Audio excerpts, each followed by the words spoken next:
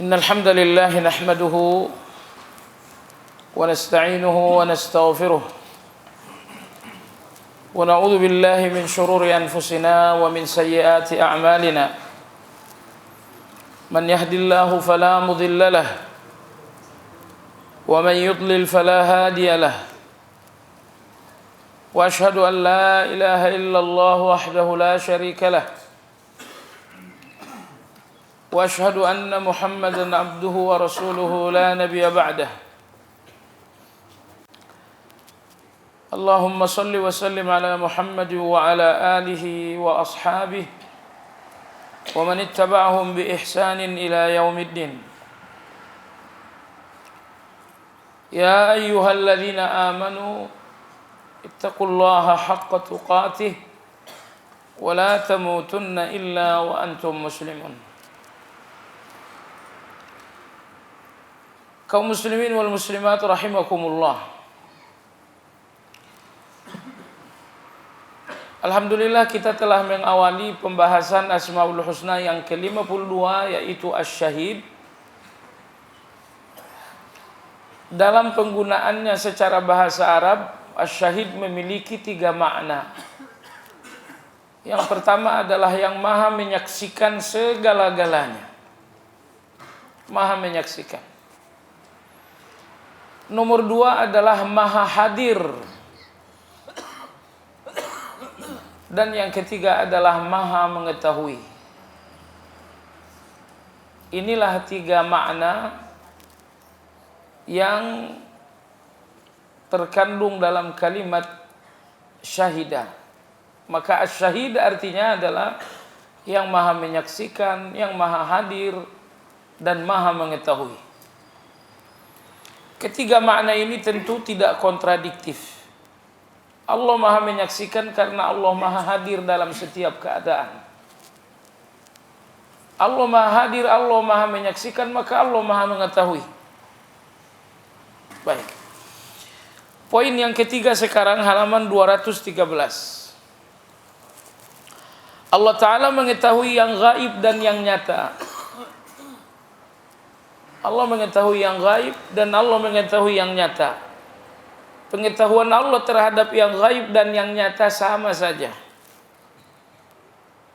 Kalau kita mengetahui yang nyata saja, sering keliru.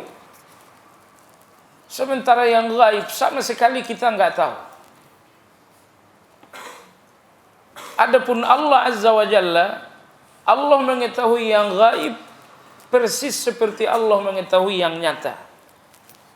Alimul ghaibi wasyahadah. Allah mengetahui semua yang gaib. Apakah gaib karena memang objeknya gaib, ataukah gaib disebabkan karena terjadi pada masa lalu yang telah lama, ataukah gaib karena belum terjadi? Ini semua gaib. Ini semua tidak nampak. Tidak nampak karena bendanya memang tidak nampak, seperti jin, seperti malaikat. Tidak nampak karena memang sudah berlalu pada waktu yang lama, atau tidak nampak karena belum terjadi. Semua yang gaib, semua yang tidak nampak, Allah tahu. Sebagaimana Allah mengetahui yang nampak. Gak ada bedanya bagi Allah. Allah menetapkan keputusan di antara hambanya dengan ilmu. Semua keputusan Allah Subhanahu wa ta'ala, keputusan Allah ada 2. Keputusan syar'i dan yang kedua keputusan kauni. Keputusan syar'i itulah hukum-hukum syariat. Keputusan Allah dalam Al-Quran, keputusan Allah dalam sunnah.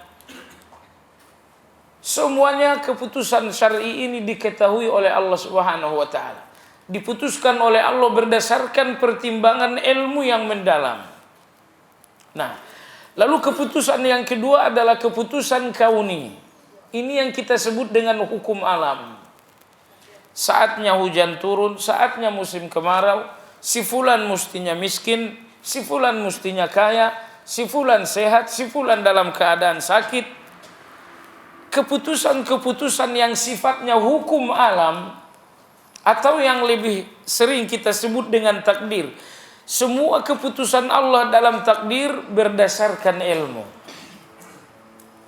Jadi tidak ada keputusan Allah yang spekulasi. Coba ini barangkali pas, coba ini barangkali tepat. Tidak ada spekulasi bagi Allah Azza wa Jalla.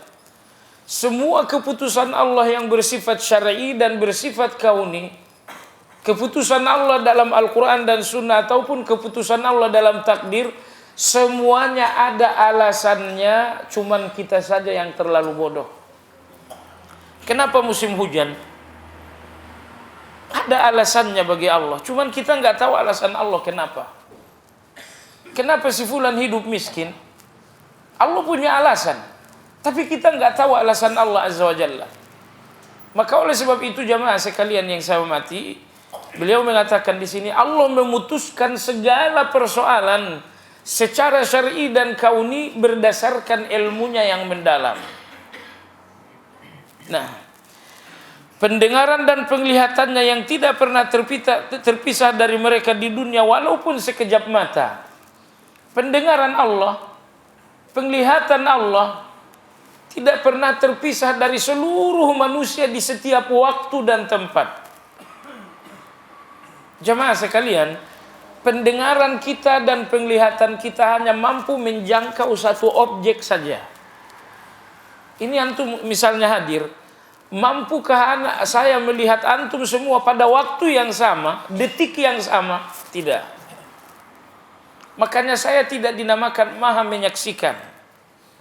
Saya hanya mampu menyaksikan objek tertentu saja di antara antum. Misalnya saya lihat kamera.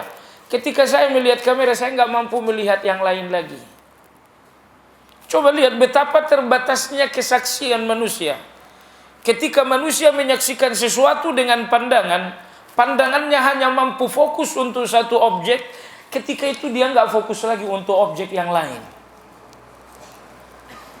Tapi ketika Allah menyaksikan dengan pandangannya, pandangan Allah Azza wa Jalla menjangkau semua objek pada waktu yang sama.